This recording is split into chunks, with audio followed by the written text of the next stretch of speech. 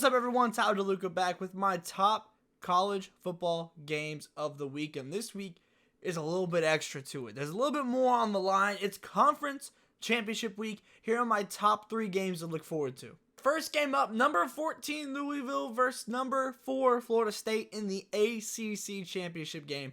This game is very intriguing to me because the team that got Florida State to the number 4 ranking is not the exact same team that we're seeing now that they're here at the number 4 ranking in the ACC championship game because quarterback Jordan Travis is out for the season. So, how do they pivot now that Tate Rodemaker is going to be the one under center for the Seminoles? I think that we saw the game plan against Florida. I assume that that is going to be what they continue to do in this game, and presumably, if they win, in the college football playoffs. I think they're going to rely heavily on running back Trey Benson. He had 3 touchdowns against Florida, and that seems to be the smartest move. Now, Rodemaker, he's a capable quarterback, but you don't want to ask him to do too much. That's not what the plan is here. He's not Jordan Travis. It's just that simple. He's not that same caliber of quarterback right now. So, put it on the run game. That's going to be the goal. But now that there's film out there, I'm really interested in what Louisville does and the adjustments to that. Now that they've seen this game against Florida, what do they do? And I think it's going to be really intriguing to see if Florida State can survive and advance, because that's the mode that they're in right now. You win this game, you go to the college football playoff. It's that simple for them. But it's not that simple when it comes to actually going and completing this win with the injuries. It's going to be intriguing. And on the other side, Louisville, before they lost to Kentucky, they didn't have a high chance of making it to the college football playoffs, even if they won the ACC. The chances wasn't high. Then they lost to Kentucky, and that's at 0 now. Even if they win this, they're not going to be in the college football playoffs. But this is their first ever ACC championship game appearance. They're not just playing for spoiler. They're not trying to just be that spoiler team for Florida State. They have a championship on the line, their first ever appearance. It would be huge for this program to go and win that. So this, for obvious reasons, means a lot to both teams. It's not just playing spoiler. Louisville is ready to go make history. They've already made history just by making it to the game for their program. Now it's time for them to go win it. Do I think that they will? No. I think that FSU will be able to run the ball and create an environment for the players that they do have on the field to succeed. But I'm really interested in seeing if Louisville can take the film from the game against Florida, apply it to this game, and pull off the upset and ruin Florida State's chances at the college football playoff and win their first ever ACC championship. Next up, number 1 Georgia versus number 8 Alabama in the SEC championship game. And this one could get interesting depending on the outcome. Just thinking hypothetically. If Georgia loses this game, they've been dominant all season. But if they lose this game, that means they have 1 loss, no conference championship. Okay? And that also means that they become a 1-loss team with no conference championship, with no win over Alabama. And there's a team out there that's in a conference championship that already has a win against Alabama, that only has 1 loss, and that's Texas. So I got to think about it, because at first I was like, oh, well, if Georgia loses, like, they'll still probably sneak in. We've seen that kind of in the past. I don't think that happens this year.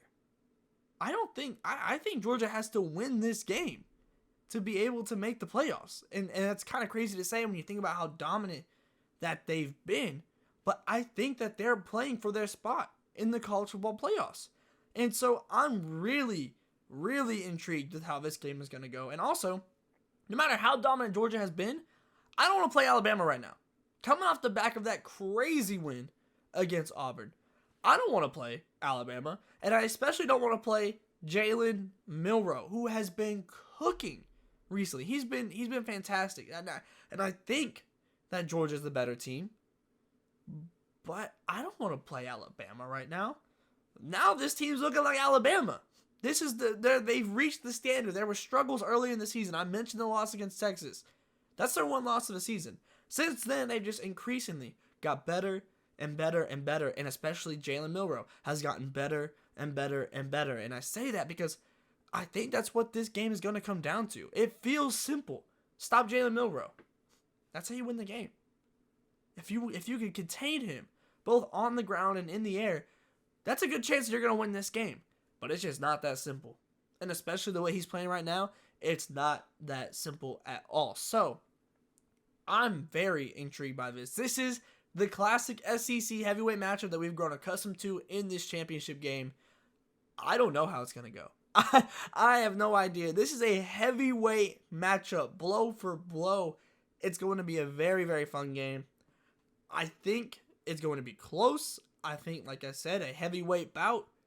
I do think that Georgia wins. It secures their spot in the college football playoffs. But, man, I wouldn't want to face Jalen Milroe right now. Last but absolutely not least, number 3 Washington against number 5 Oregon in the Pac-12 championship. It's my game of the week. One last ride in the Pac-12. Playoffs on the line. This feels like it can't get much bigger. Everything is here. They already matched up earlier in the season, and that game was electric. Ultimately, it came down to what most people deemed game mismanagement from Oregon head coach Dan Lanning. This has a recipe to be an absolute classic, and it's just like the perfect way for the Pac-12 to go out in my eyes. Just a game of this magnitude. These are two very, very elite teams. Like, these are very, very, very, very good teams. I think there's even an argument, even though they lost, I think there's an argument that Oregon is the more complete team. It just feels like Washington is having this dream season that they just have managed to continue winning and winning and winning. But I think there's an argument that Oregon is, on paper, the better team. Their defense is really good. Their offense is really good, especially in the rankings of the Pac-12. Oregon is very good. And I see this game coming down to the Washington defense, because I think that Oregon is the more complete team. Washington has found a way the entire season, found a way against Oregon. But I think that Oregon is the more complete team in this matchup. So I'm looking at the Washington defense, and I'm saying, go help win this game. Don't win in spite of or anything like that. Go help win this game. Force Oregon into making mistakes. Because I don't know, man. This has the makings to be it's an absolutely insane game. Oregon has revenge on the mind for the early season loss. They have, both these teams want the conference championship. The last conference championship in the history of the Pac-12. Both these teams want that. Both these teams want to go to the college football playoffs. Everything is on the line in this game. In the last game of the Pac-12, I don't know if they could have scripted it much better than this one. So I'm very excited by this. It should be an incredible game. I think Oregon wins it. I think the dream season comes to an end for Washington, and Oregon wins this game and goes to the college football playoff. But man, it's a coin flip for me, and I can't wait to see how it ends up. All right, that's going to do it for me for my top 3 games of the week for Conference Championship Week. Let me know what games you're looking forward to watching and who you think are going to win the 3 games I picked out down below.